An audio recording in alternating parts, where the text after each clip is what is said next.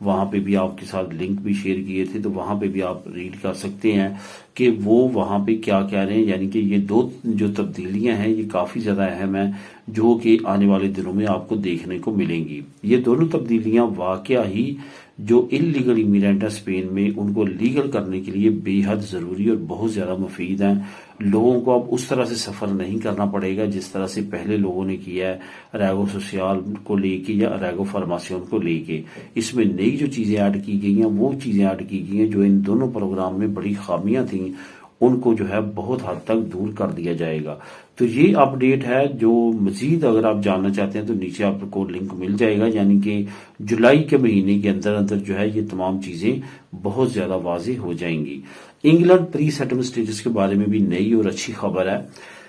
You کے home office نے کہا ہے کہ وہ ہو بہو وہ تمام آرڈر امپلیمنٹ کرنے جا رہا ہے جو کہ ہائی کورٹ نے آرڈر دیے تھے کہ پری سیٹلمنٹ اسٹیٹس والوں کو آپ ایسے ہی ریجیکٹ نہیں کر سکتے بلکہ ان کو آگے سیٹل اسٹیٹس میں ٹرانسفر کریں۔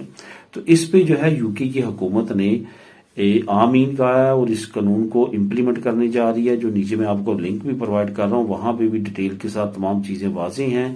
انگلش میں لنک ہے، آپ کے لیے ریڈ کرنا بھی آسان ہوگا، وہاں پہ ریڈ کر کے خود بھی آپ انڈرسٹینڈ کر سکتے ہیں۔ وہاں پہ جس تنظیم نے ہیلپ کے طور پہ یہ کیس انپٹ کیا تھا ہائی کورٹ میں اور وہ جیت گئے تھے حکومت کے اگینسٹ، اب کیا ہو رہا ہے کہ ہوم آفس اس کے ساتھ مل کے یہ تمام چیزوں کو ہینڈل کر رہا ہے، کیونکہ اگر ہوم آفس ایسا نہیں کرتا تو وہ جو ہے وہ کورٹ کی نافرمانی کرے گا اور اس پہ ایک اور کیس ہو سکتا ہے۔ اس وجہ سے وہ اس آرگنائزیشن کے ساتھ مل کے جو پری سیٹلمنٹ اسٹیٹس والے ہیں ان کے جو حقوق ہیں ان کے تحفظ کے لیے وہ تنظیم کام کر رہی ہے، تو ہوم آفس اس تنظیم کے ساتھ مل کے پری سیٹلمنٹ اسٹیٹس والوں کے تمام معاملات کو دیکھ رہی ہے اور تمام جو معاملات ہیں اس کو قانون کے مطابق آگے لے کے چل رہی ہے۔ یہاں پہ تھوڑا سا یہ واضح کرتا چلوں کہ یہاں پہ ان لوگوں کو پرابلم ہو سکتی ہے جو بہت زیادہ لمبے عرصے تک باہر رہے اور ان کے پاس کوئی بھی پروف نہیں ہے، جیسے کووڈ کا یا کہ ان کی بیماری کا یا اور کوئی ایسا سیریس مسئلہ جس کی وجہ سے وہ نہیں یو کے میں آ سکے۔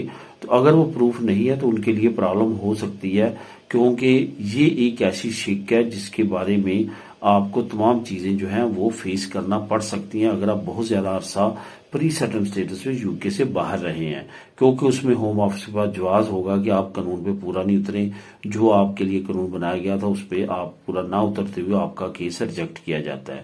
باقی جو چھوٹی موٹی چیزیں ہوں گی وہ اگنور کی جا رہی ہیں اور بہت سارے لوگوں کو سیٹل اسٹیٹس دیا جا رہا ہے۔ ریگو فارماسیون کے بارے میں جو نئی تبدیلیاں جو میں نے ریسنٹلی کل والی ویڈیو میں بھی بیان کی تھیں، اس کی ایک اور تصدیق ہو چکی ہے۔ کافی ایکٹیو وکیل ہیں اکثر خیریہ کے، جو کہ بہت بڑی تعداد میں ایک ویب سائٹ کو بھی چلا رہے ہیں، اپنے یوٹیوب چینل کو بھی چلا رہے ہیں، اور انہوں نے بھی اس کے بارے میں تفصیلی جو ہے بات کی ہے اور ایک آرٹیکل بھی شائع کیا ہے اور وہاں پہ وہ تمام ڈیٹیل بتائی گئی ہے کہ کیا کیا ریگو فارماسیون میں تبدیلی ہو سکتی ہے۔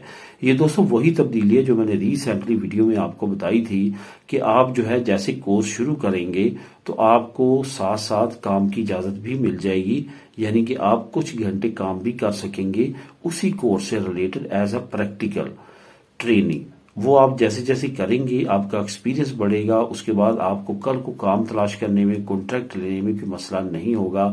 اصل میں حکومت چاہتی ہے کہ جو نئے آنے والے لوگ ہیں وہ اسکل بیس پہ ان کو امیگریشن دی جائے اور وہ آگے چل کے اپنا اور اپنے ملک کے لیے بہتری لا سکیں۔ یہی وجہ ہے کہ وہ آپ کو ڈاکومنٹ دیں گے، پرمیشن بھی ساتھ دیں گے کام کی، اور ساتھ ساتھ آپ کورس بھی کریں گے۔ یہ ایک بہت اچھا آئیڈیا جس پہ حکومت کام کر رہی ہے۔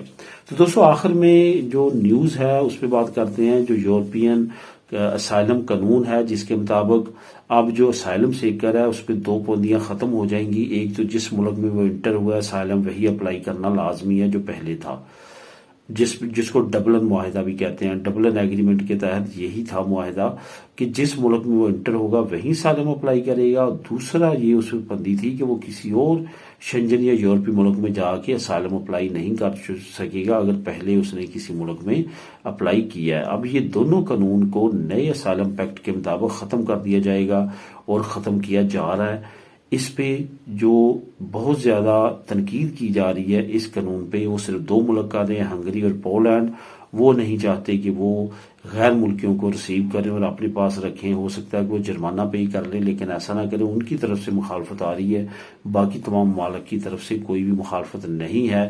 اصل میں یہ اسائلم سیکرز کو تمام یورپی ممالک پہ ڈیوائیڈ کیا جائے گا اور تمام ممالک ان اسائلم سیکرز کے ذمہ دار ہوں گے ان کی ایڈجسٹمنٹ کے اپنے پاس رکھنے کے لیے.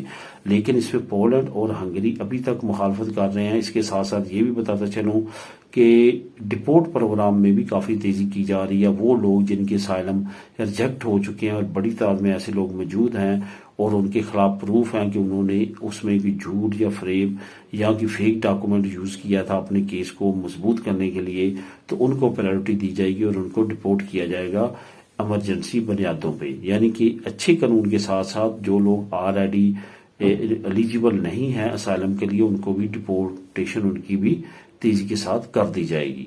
تو دوستو یہ تھی آج کی اہم نیوز اور انفارمیشن. ملیں نیکسٹ ویڈیو میں نئی اپڈیٹس کے ساتھ. اللہ حافظ.